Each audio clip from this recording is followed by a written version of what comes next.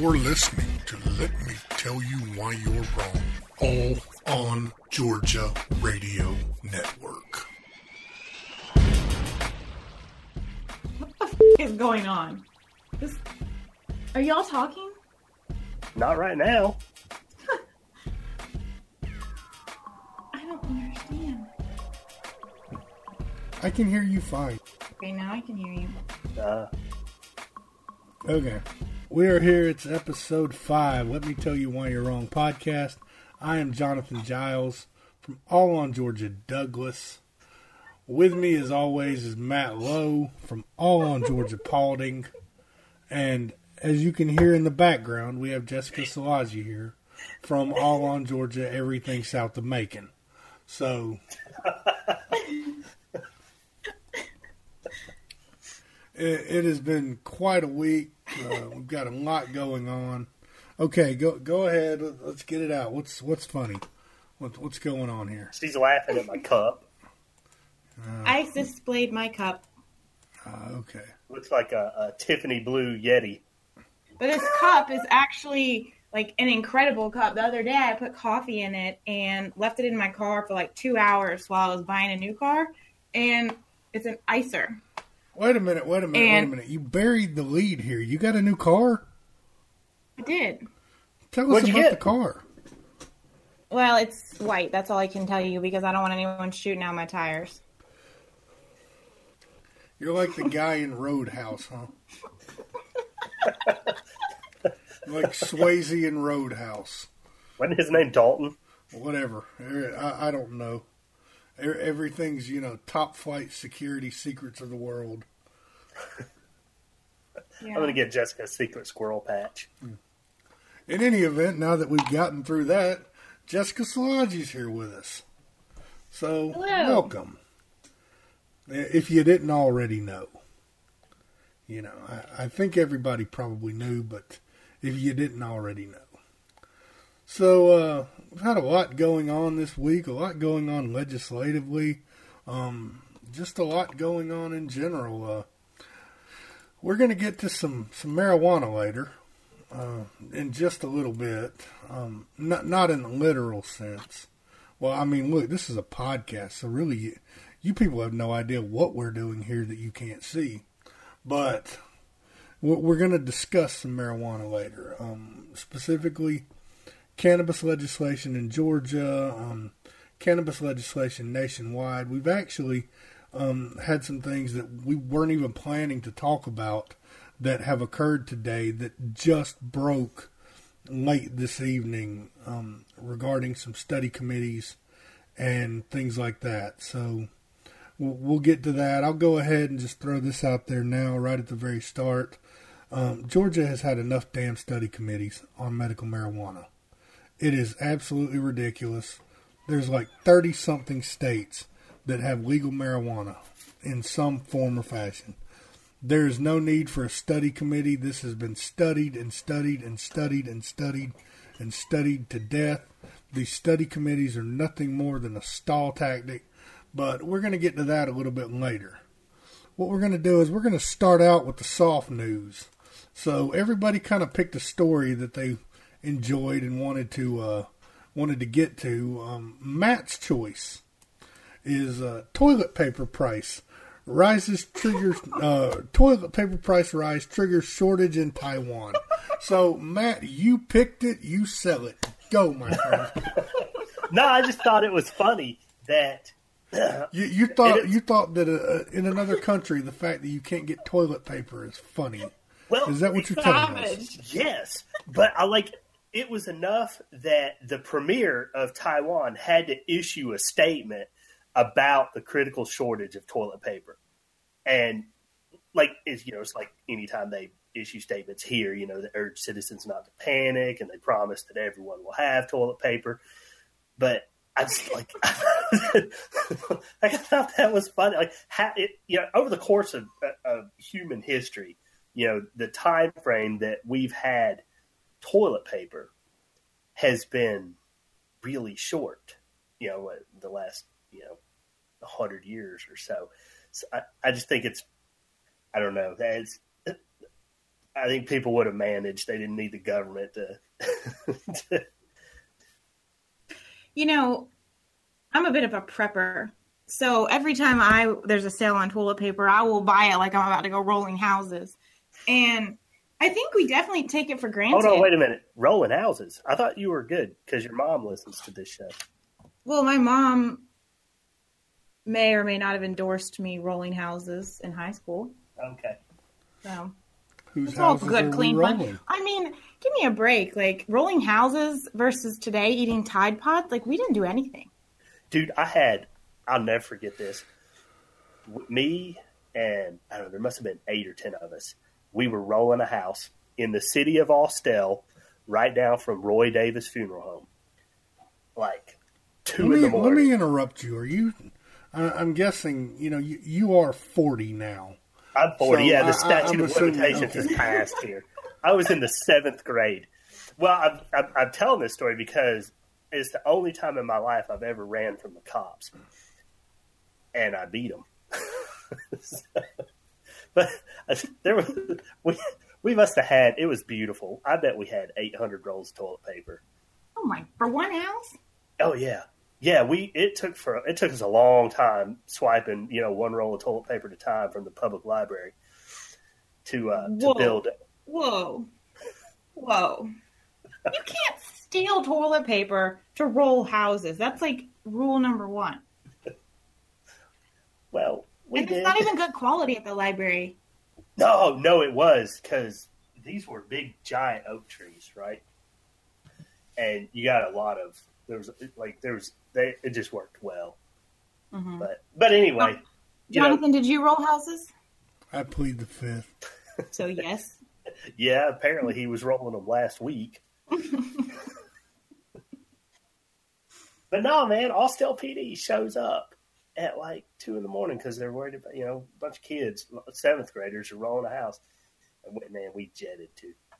Like all next week we'll be without Matt Lowe because he will be behind bars for his toilet paper rolling dating back to 30 years. Right? I bet that cop probably still works for Austell, and he's probably still pissed.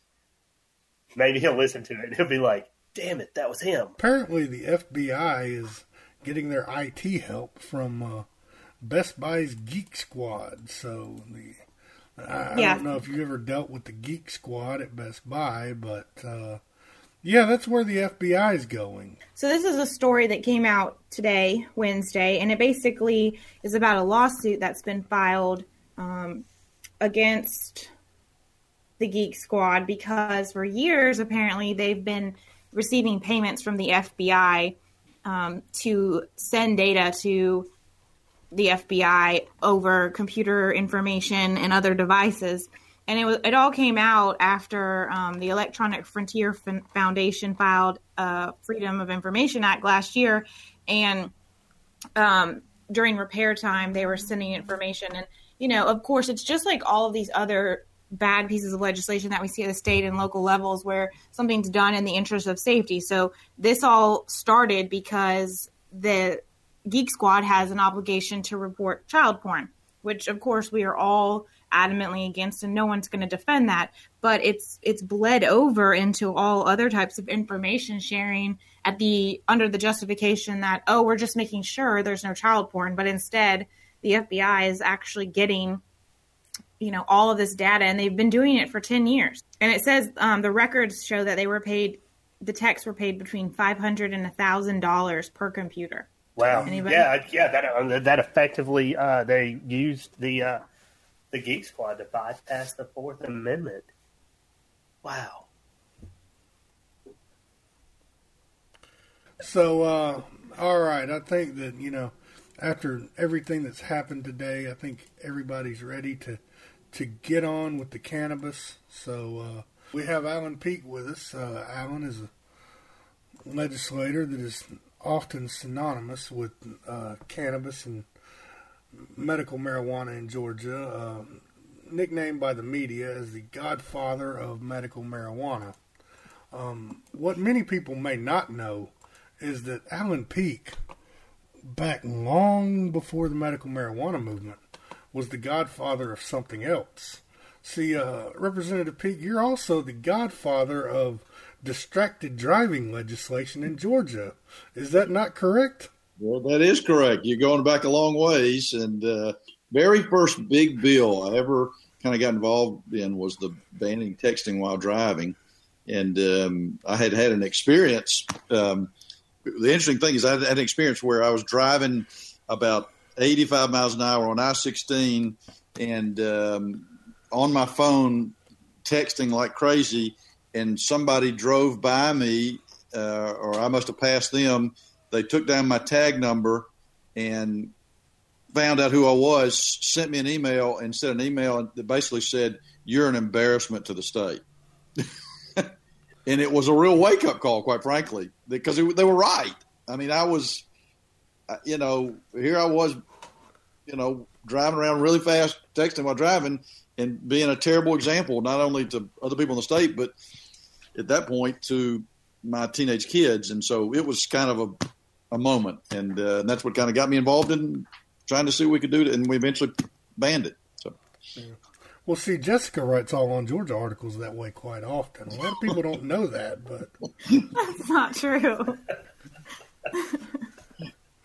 I wouldn't be surprised at that. Jeez. It's too dangerous. Might hit a cow or something. Yeah.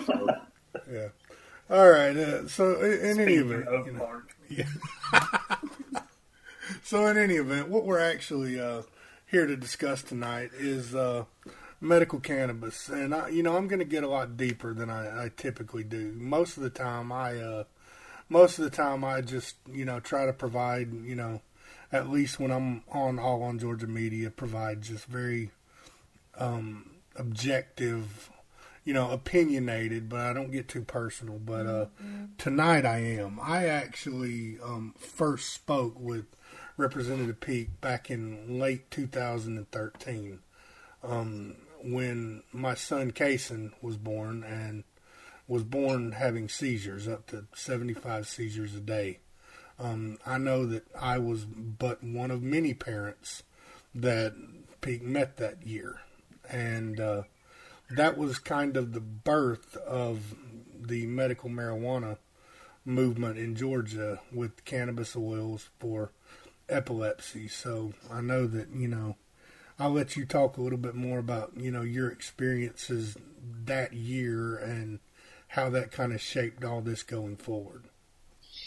Well, I tell you, there were a couple of moments for myself and for my wife, too, as we kind of got in this effort. One was meeting little Haley in the hospital at Eggleston for the very first time and seeing the struggle she was going through and basically on her deathbed.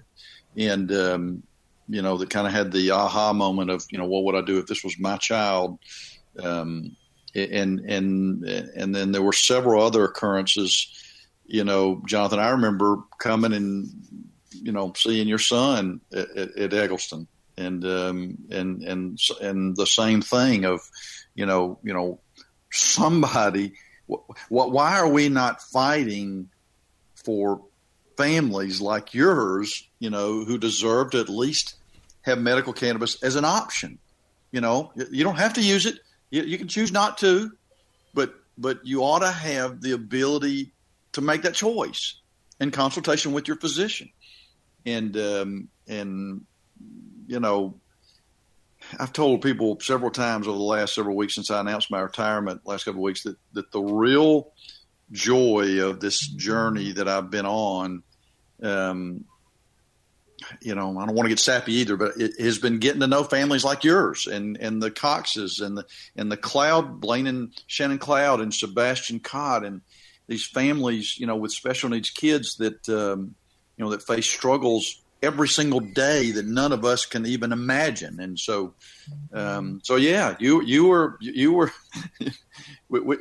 were part of this, the early on effort when everybody thought we were just a bunch of crazy lunatics. And they may still think that. But. That year we had HB 885. Yeah. That was the first bill, which that bill was basically, I believe, if my memory's correct, I don't have all this in front of me. I believe we're talking 5 conditions. epilepsy being one of them, and we were talking about possession of the oil. And, of course, that year, that bill would not, that bill would fail. It would end up failing on the Senate floor. But we're going to go long form on Casey Kale here in a few minutes, so I'm not going to dwell too deep on that. Well, I tell you what I'll share about that. I mean, you remember it, and I think, were you up there in that Senate gallery with us that night? I was not. We had been moved over into the PICU. That's right. That when all that was going on. So, well, if you remember, that last night of the session in 2014, we had all the families up in the Senate gallery. We were waiting. The House had at least passed a bill that would at least allow legal possession, and we were. I can literally remember going to the well in the Senate chambers to Casey Kale and begging him to at least give it a vote so that we could at least give these families an option, to give your family, all the families, an option, and being rejected and then having to go up in that gallery and chat with all the families and tell them it wasn't going to happen. Boy, that was the gut wrench moment of this entire episode. And really just gave some real fire and determination to myself and all you families. I think at that point that we were gonna make this thing happen no matter what, even if we had to raise a bunch of to make it happen. And it was a real kind of turning point.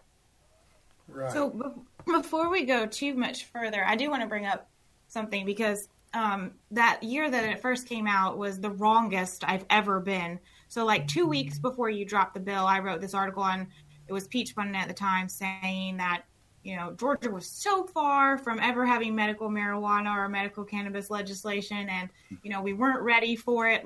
Not that I wasn't, because the libertarian in me is free the weed. But, I was so sure that we would not have anything close to that. And then you come along 2 weeks later and drop this bomb with all this momentum behind you. And I was so wrong, which I'm glad I was. But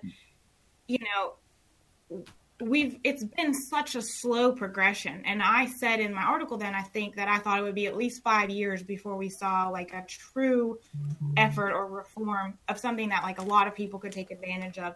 And I was just wondering, looking back over the last 4 years, how much longer do you think we are going to have to do this before these tiny little baby steps before there is real access for more people?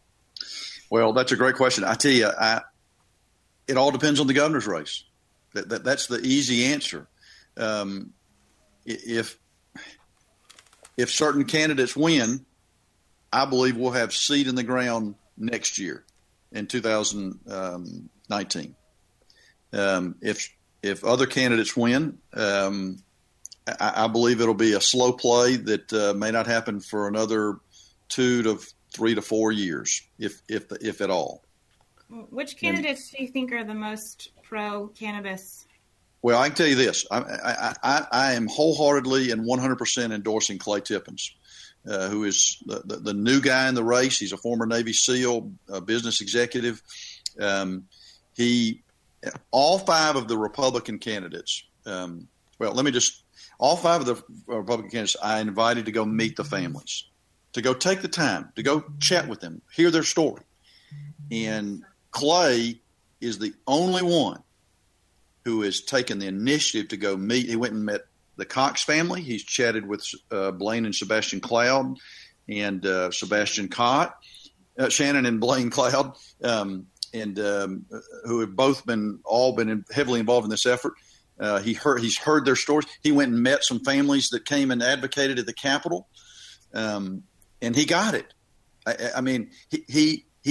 In fact, I remember having the conversation with him of going, now I understand why you've become so passionate about this issue.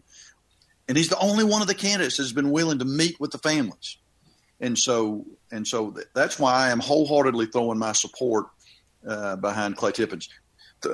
Hunter Hill, Brian Kemp, Casey Kale, each of them I went to and chatted with and said, where are you? If you'll support cultivation I'm ready to jump on the bandwagon. And if you're, and all three said they were going, and publicly said it, they were opposed to cultivation in Georgia, which is the real answer for access. Absolutely. Here in our state. So that's so to answer your question directly, if Clay Tippins wins, we will have seed in the ground in 2019. If Casey Cagle, Hunter Hill, or Brian Kemp win, they publicly said they're opposed to cultivation, so I don't expect it would happen. You think it would just continue to poke along with 2 or 3 conditions at a time? I think that's exactly what will happen, and whether we even add conditions would probably be in doubt, under any other type of leadership. But I know Michael Williams, the 5th candidate, has been supportive of medical cannabis. That's a little turnaround because he was not while we were debating this issue. In fact, he actually took a walk on the bill last year, didn't even vote on it. Actually sent me a text and said, I hope we're not going to be debating this again next year, are we? ? And so, but he has had a turnaround, and maybe he had a conversion like many of us have. And so I'll give him credit that he's at least turned it around. So it was quite a turnaround, quite a sudden turnaround. And I can say that I have concerns about the fact that suddenly when it became a polling issue, when you look at the polling in this state, particularly for medical cannabis, I mean, it's overwhelming. It is overwhelming public support for medical cannabis. And it seems like that Williams just kind of saw that and jumped on board. Whereas, I've got a lot more respect for you because you jumped on board when the polling wasn't nearly as high. All my colleagues thought I was crazy. And I remember a quote I remember you telling me one time that if you lost your House race over this fight, then you considered it to be worth it. You're exactly right, and it has been worth it. Listen, I'm telling you, it has been worth every bit of political capital, every bit of financial investment, every bit of time and energy. Jonathan, you know better than anybody, what it's like to live with a special needs child. But the notes and messages that I get every single day, I mean, really, literally every single day, I'm getting a message from someone saying, thank you. Thank you for helping us get the medicine. Thank you for passing this law. Thank you for being involved in this effort. It's changed the quality of my life, or changed the quality of life for my loved one. Yesterday we had a elderly gentleman come to my office to pick up the medicine, and his wife has ALS, and he was almost in tears. So grateful that we were helping him, providing medicine for him that was going to help his wife with ALS. I mean, how could you not be committed to something like this? So many often we as legislators, all we do is we do some infrastructure bills, or we'll do something with education, or we'll do something to pass a new tax law or something. And that's great. And we pat ourselves on the back, and it's good stuff, But man, to be involved in something, in a piece of legislation where we're changing people's lives every day. I mean, there's no greater calling, and heck yeah, it's been worth every bit. I will never be able to run for statewide office, or for a lot of reasons, or Congress, but man, it's been worth it being involved in this issue. So SR 983 was submitted today in the Senate. It's a resolution, not a bill, so it doesn't really have a whole lot of teeth. But it creates a new commission with people appointed by the Speaker and the Lieutenant Governor, and it just is supposed to come up with solutions about how to get cannabis oil here in Georgia legally. And it's another study committee and more research. And when I found out about it, I was livid because we already know how to get cannabis oil here. We already have all these solutions. This is just a waste of time and a way to, I'm going to save the government a lot of money. You have to grow it. Right. Well, I'm gonna give you a little backstory on this if you're interested in it too. Absolutely. Yes. We were approached by some folks about doing this resolution, and about having a joint study committee, which is kind of ironic. way to call it, but Joint Study Committee. And as you guys know, I've been involved in, gosh, how many now? Two different study committees or commissions, and we went all over the state. Yeah, but we've done this. We've done this before. We know what the issues are, and you're right, Jonathan. But the way to think. I mean, Jessica, you've been in the Capitol. You've worked there. It's like, sometimes you kind of just do stuff to kind of keep attention on an issue or whatever the case may be. So anyway, we were approached about it, and so the House has initiated, full disclosure, a study committee as well too. I am not one of the lead sponsors on it. I did not want to be. I said I'm retiring. This is somebody else. Y'all want to do this? Y'all can go do this. I know the answer. And then the Senate had their own, and they were supposed to kind of be mirror language. The interesting thing is the Senate's language is different in a couple ways. It has it appoints 4 non-elected officials to it, where the House version has just 6 elected officials, and that's it. But the other big thing is the Senate version chose to take out the word cultivation and just include the word access, which is really a big deal. If all they want to do is study access, which is an important part, that's good. But it's clear, I believe, that it doesn't appear that the intent on the Senate resolution is to how to determine how to cultivate it here. And so it's a big difference between the two. What will happen, is they'll go back and forth, and we'll fight about it, and hopefully we'll get to a resolution, and there probably will be some type of resolution for a joint study committee in some form or fashion. Well, one of the things that has ever since I got involved in this, that has always been just mind-boggling to me about Georgia is the fact that there are states all over this country that are doing this and doing it successfully. Why can, Georgia does not seem to look to those other states? And, and I'm talking, on the highest levels, we have a governor that is stating that the sky would fall if we start cultivating cannabis. And anybody that looks around this nation can see that that's just not the case. Yes, Sessions has made some comments that are unsettling to cannabis advocates, but he hasn't done anything. There's no reason to have this, and it's just this constant deal of, of acting as though we're wandering off into the great frontier, when the honest truth is that Georgia's kind of bringing up the rear on this issue if you look at the nation as a whole. Yeah. And I tell you, Jonathan, I wish I had the answer to that. We would have gotten something done. This wouldn't be our 5th session without it if I had that answer. To Governor Deal directly, he's from an older generation that still just may have this mindset of reefer madness. He has been, from the day we first brought this up with him, been opposed to cultivation in any form or fashion. I think he's listened heavily to the law enforcement officials who keep telling him in his ear, that this is a bad thing. This is a bad thing. We don't want to do it. And he has a great respect for the law enforcement officials, and so I think that's been part of it. I think maybe there was a sense that he didn't want to be the governor that allowed cultivation of marijuana for any purpose legally in the state. Maybe that had something to do with it.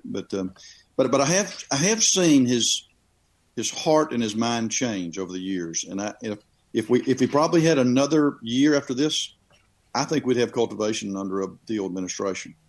But that's it's clear, though, that Lieutenant Governor Casey Kale has been opposed to cultivation in every form or fashion.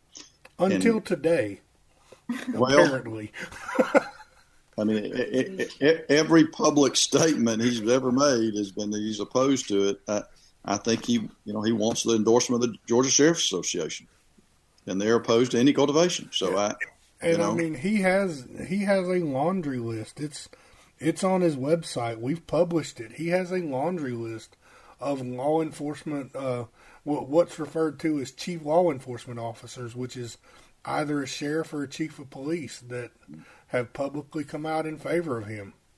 And those guys have a lot of influence in a Republican primary. So, I mean, he wants to win. I get it. So that's his motivation.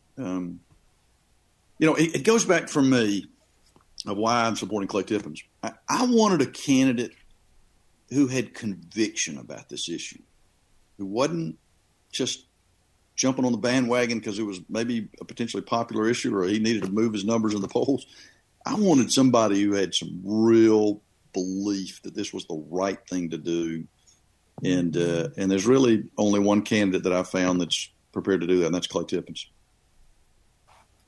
Well, I'm sure you know this after being a state rep and me being a writer for the last 4 or 5 years, but I'm pretty hard on our elected officials, and I see the world in black and white, and I'll be the first to admit that. But, I struggle with things like this. Like, you want to support the movement, but you hate to see a movement align with someone who has kicked the movement in the teeth. We've seen Casey Cagle and Senator Renee Unterman and other people really make an effort to block it. And, you have overcome those things and been able to work with people. But I think people in the movement see the personalities, or people supporting the movement see the personalities that are taking over some of this, and it frightens them over whether or not they can trust where it's going.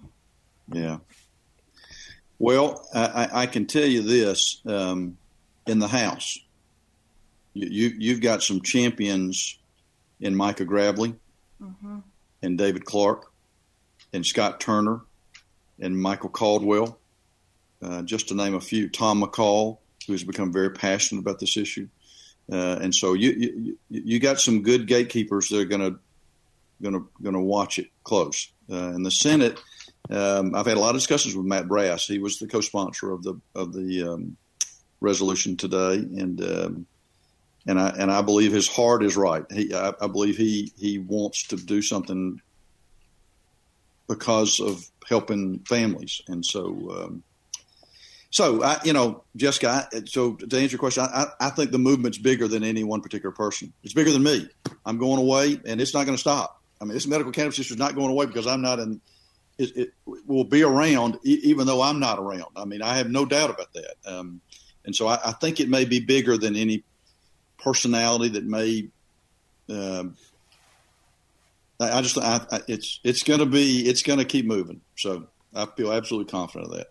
Yeah, I know that I have had discussions with legislators on both sides of the aisle that have told me that one of the great realizations that they've had is that this is not, regardless of where they stand on it, that this is not a passing fad, that this is not something that's just going to, you're going to throw these people a small bone and they're going to shut up and go away.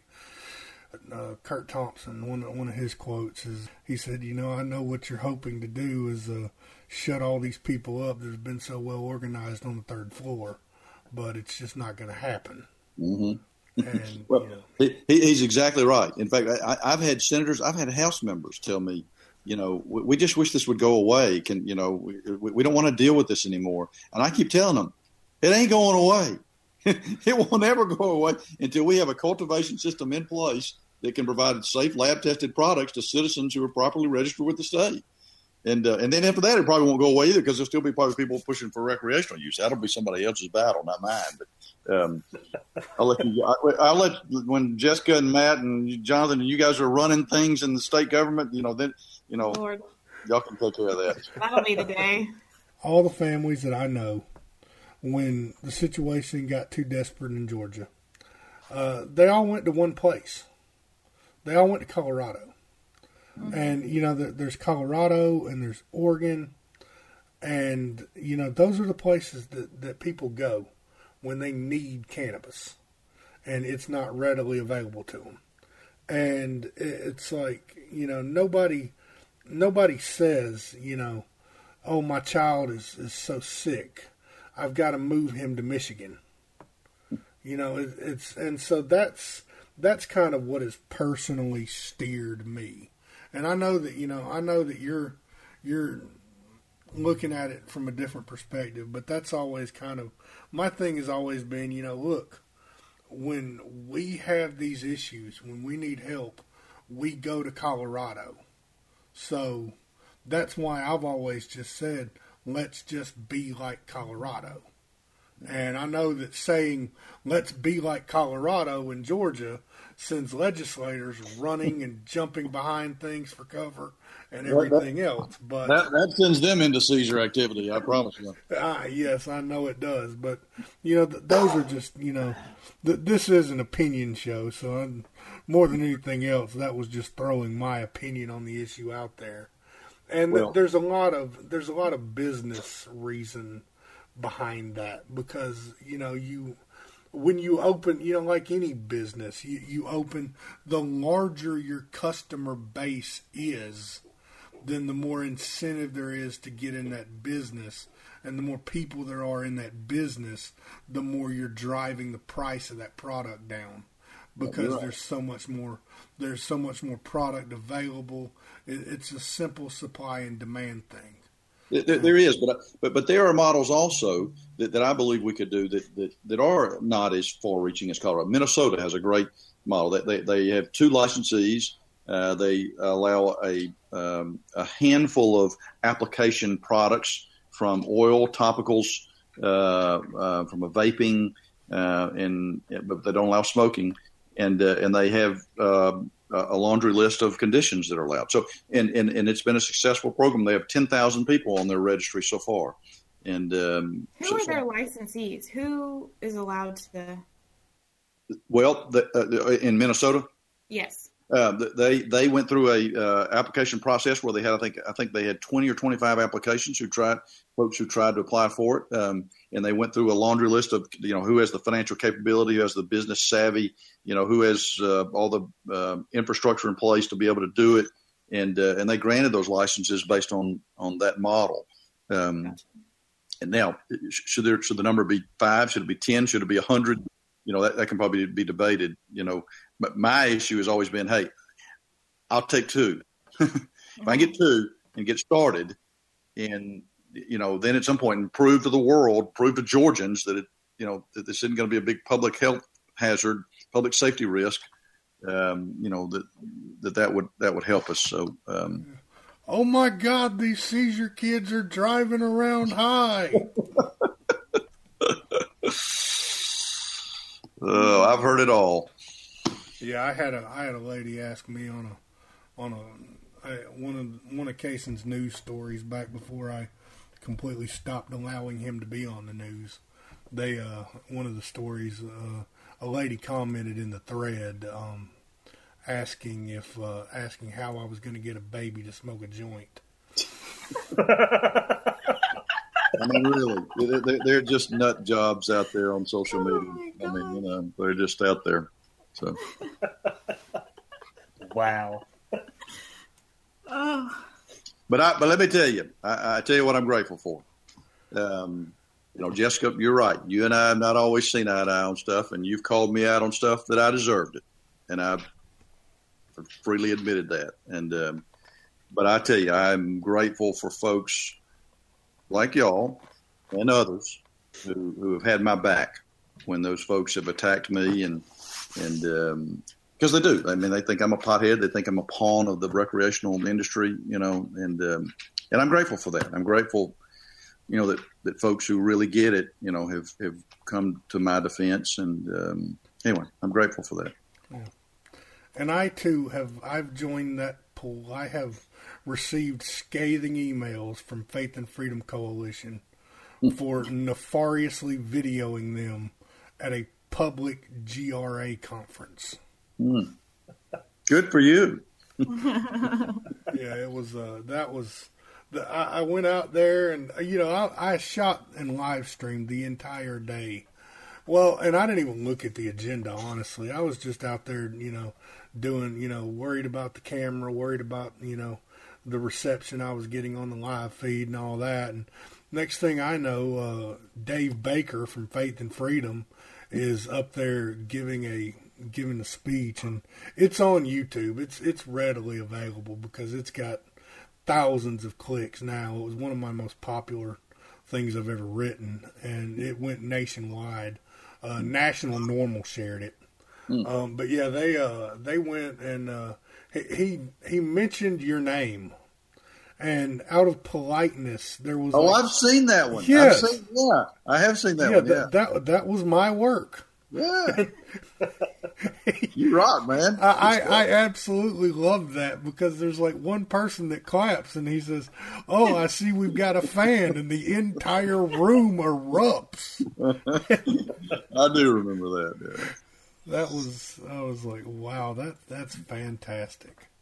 Well, I mean, you're right. Every poll after poll shows 70 to 75% support. There's 80% when you include everybody. It's upper 60s, close to 70% when you even just do Republicans. And I, for the life of me, quite frankly, just have been puzzled. Lots of times the legislature is behind the times on some issues. Where the public may already be there on an issue, the legislature is behind it. And this is just one of them.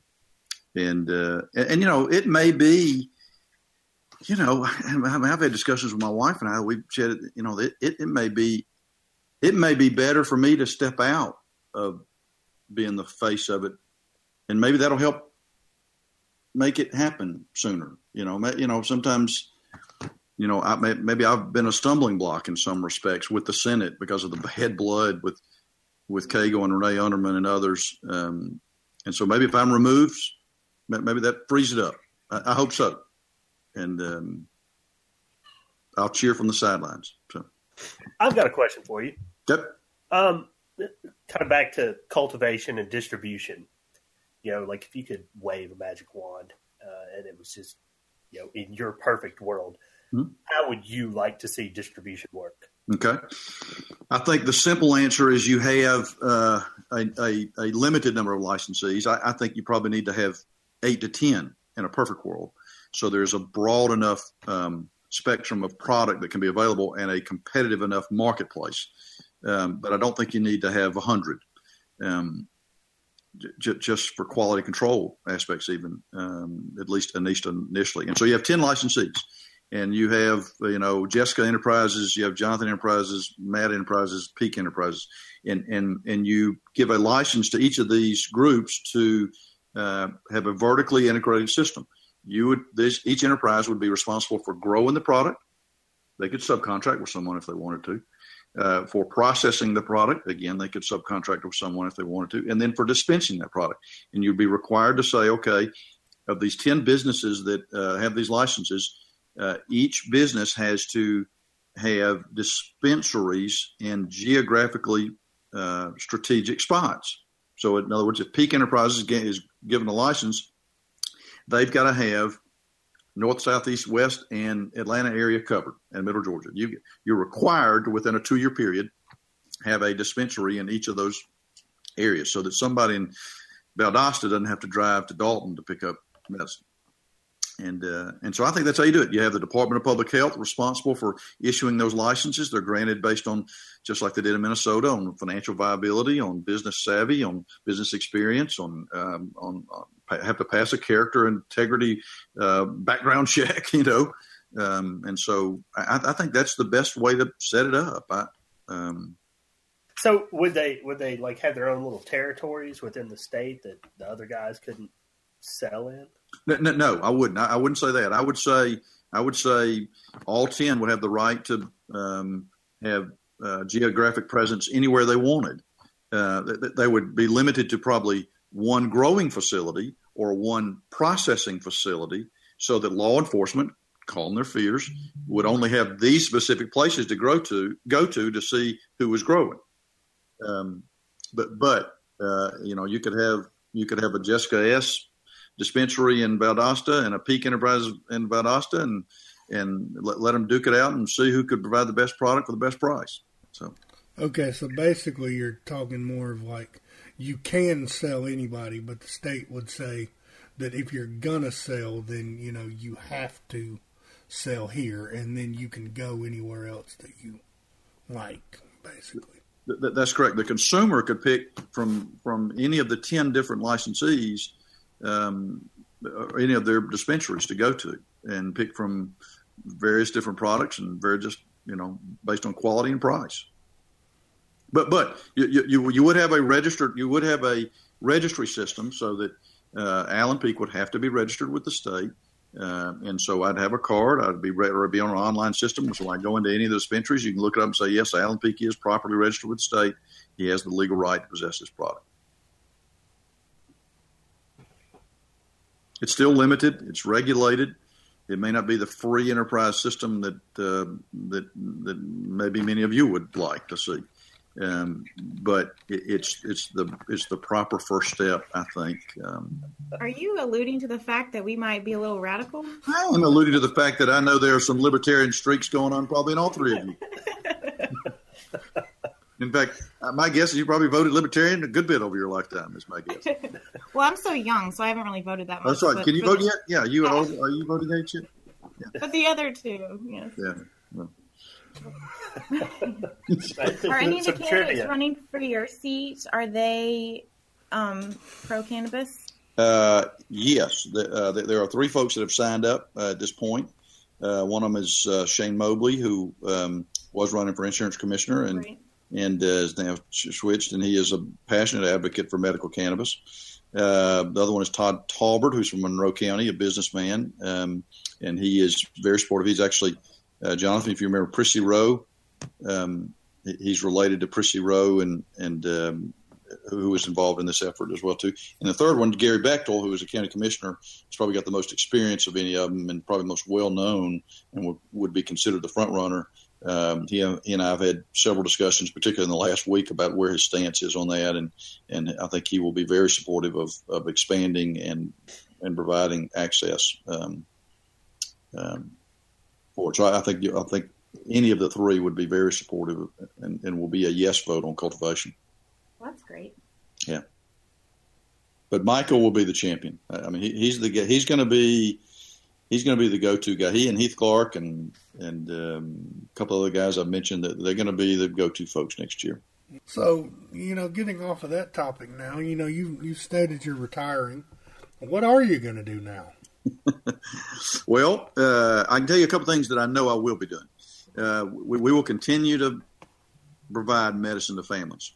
We will, as long as I have the financial resources to do it, and as long as I'm not arrested, we will get medicine to Georgia for families that are properly registered who choose to go down that route. That is the one thing we will continue to do. I will not be running for any other office. I'm done with politics, and so I won't be running for any other office. And I can tell you this: I am going to be heavily involved in the governor's race. I'm going to be heavily involved in helping Clay Tippins be the next governor. And if he wins, I may or may not be involved with him in his administration.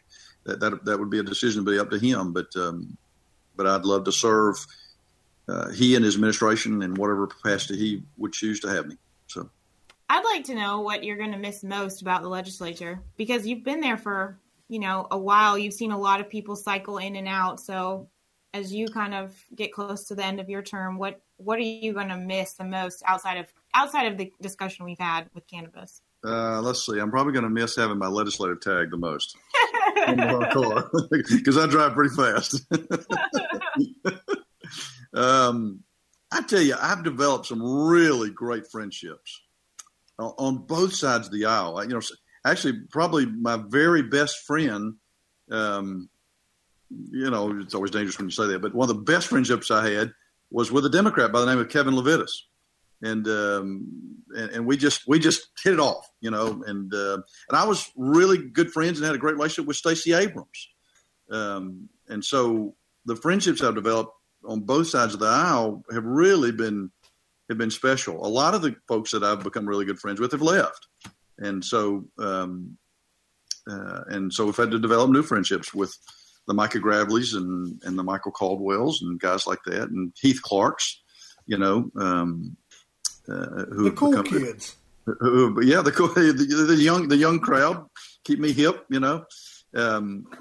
So it's I tell you, I wish. So I'll miss that. I'll miss those friends. But I tell you, I will not miss the process. I will not miss the fights and the battles, and the games that we have to play. Okay, I'm only going to pass your bill if you pass this bill, or I'm not, because you voted against my bill. Therefore, you may have the best public policy in the world, but I'm not moving it forward. That I won't miss the sine die nights where we're voting on bills that we hadn't even read, or where we've just seen in the last minute, or something's been added in a bill in the last 2 seconds that you don't agree with, that just came out of completely left. I won't miss that. And that's why, in some respects, I'm so eager to support a guy like Clay Tippins coming in, who has a fresh set of ideas from a business perspective, and I think can help deal with making some changes that maybe need to be made in the legislative process. But yeah, I'll miss the good friendships. It's been a great experience. I've really enjoyed it for 12 years. A lot of scars and hurt and heartache, and I've lost caucus elections that I felt confident I should win. When I ran for majority leader and John Burns won, that stung. That was a pretty tough one to take, because I had really invested myself in the caucus and the relationship with the members, and they were put in a tough position and elected John, and so that was a tough one to take. But it's been a good run. I really enjoyed it. It's been better than I could have ever expected, to tell you the truth. Well, I know there's a lot of people who are thankful for your efforts, and especially your honesty. You've always been candid, so. Well, I've sure hadn't been perfect, and made my share of mistakes, and but I hope at least I've owned up to them. So. Okay. All right. Well, we certainly do appreciate your time. Well, listen, thank you for having me on. I've enjoyed this. It's the first time I've ever done this. And we appreciate you coming on. Yeah, and when I first booked you, I got excited, because when I first booked you, I thought that you were going to be the first elected official that was ever on this podcast that was seeking re-election. And then I found out that you're not seeking re-election. So apparently we are like the exit hall of the Georgia General Assembly. Yeah. Well, you stop by, let me tell you why you're wrong on your way out the door, and not before. Well, it's probably good for them to do that. Yeah. Well, I've had fun. Thank you for having me on. All right. Well, we do appreciate you. What are you eating, Jessica? I told you. I heard your chocolate bunny. Some type of kale. Chocolate. Oh. Yeah. Man, you know what? I went to my granddaddy's house on the way to your house last night, Giles, and he'd gone down the garden and picked like his big giant bag of kale for me. Because I don't know, I like kale. Do you like kale? I love kale. It's one of my. How do you eat it? I typically take it and put it in a frying pan with a little bit of water, chicken bouillon, mustard, garlic, salt, and then put heat to it till it wilts up pretty good, and it's still crunchy on the stems, and then drain it off and eat it that way. Yum. How are you gonna turn your nose up at it? I'm not. Yes, you are. I can see you. You're on video. I just put my kale in the blender. Why? That sounds like you're drinking it now. Yeah, in a smoothie. No. I eat it like a side with salmon or some deer steak, but not chicken. Oh my God! I didn't tell y'all. My wife. She there's some, I can't remember the name of it. It starts with a Z, but it's some like food co-op or whatever. Anyway, Zaxby's? No, Zaxby's, like Zaycon or Zorcon. I don't know what it is. Anyway, she bought 40 freaking pounds of peasant food. 40. Where is it? 40. So it's like, I don't know. They deliver it on a truck. I saw it on our calendar. All at once? Yeah. So I said, the hell am I going to do with a 40-pound box of chicken? Zaycon, that's it. And we got to go. She goes to pick it up at 8:30 on March 15th. Just to pick up her own chicken? Yeah. Yeah, like... Is that like a couple coolers full or what? 40 pounds? I have no idea. It can't be that much. Nah, it can't be. Because, like, my cooler is an 85-quart cooler, and I had 3 whole deer in it. So Jessica, I understand there's been some big shenanigans in Oak Park. Well, there have been a lot of shenanigans. So I went to the city council meeting in Oak Park on Monday night, and I'm not going to get into all the little bitty details since not everyone knows where Oak Park is or knows the whole story, but they are a couple years behind on their audit, and so they just had their presentation for the 2015 audit. There should be on the 2017, but they're behind. And it just was like this resounding message of how useless audits are, because the auditor was just pretty blatantly honest about the fact that there were some issues, but they were from a couple years ago, so there was no reason to harp on them, when in reality, you know, any issue that happened in 2015 carried over to 2016 and 2017 and whatever they're doing now. But the person charged with ensuring the financial stability of the city was like, yeah, we don't need to talk about it. You know, I love this strategy. You know, you stay 2 years behind on your audits, and then when you present them, whatever the findings are, it's like, come on, folks, that was 2 years ago. Right. That's exactly what happened. And I was just sitting in the back like, you've got to be joking me right now. So...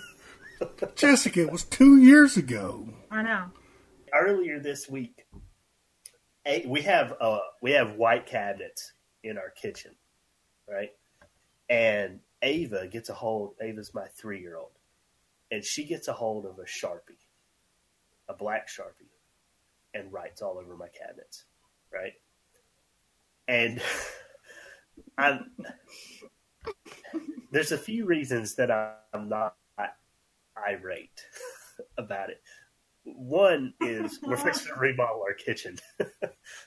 And the other is when she realized the mess that she made, she starts to try to clean it up, right? So my 3-year-old, she tries to clean it up with water and grape jelly. And she's scrubbing the cabinets with a washcloth that's wet and purple, and eating jelly with the other hand. And she's I'm like, what are you doing? And she's like, I clean, so I'm not in trouble.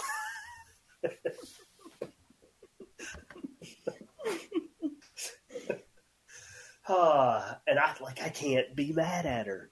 Man, my other kids, they're like, what's up, Dad? You know, you'd have killed us for that. But I don't know, I guess being old and having a young one running around like that, it's... All right, do we have any closing thoughts this week? Oh, yeah, I got some. So last week we talked about our lawmakers voting to increase their own retirement. Did we talk about that? I don't know. Yeah, I think we did talk about it. At least we talked about that bill. Anyway. I don't listen to this show. So last week, our state lawmakers in the House voted to raise their own retirement.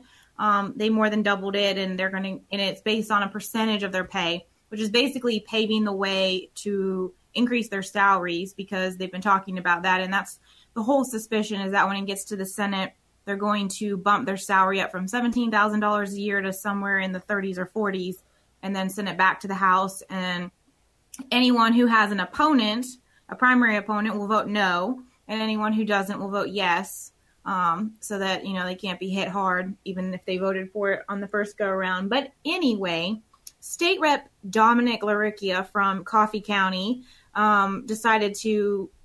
he voted in favor of the retirement, and then he decided to grab a bigger shovel and dig a deeper hole by going onto the All on Georgia Facebook page, with the one that's All on Politics, and talk about what a joke we were and how ridiculous it was that we were calling out legislators for doing what is fair and right, and that they deserved a pay raise and an increase in retirement benefits.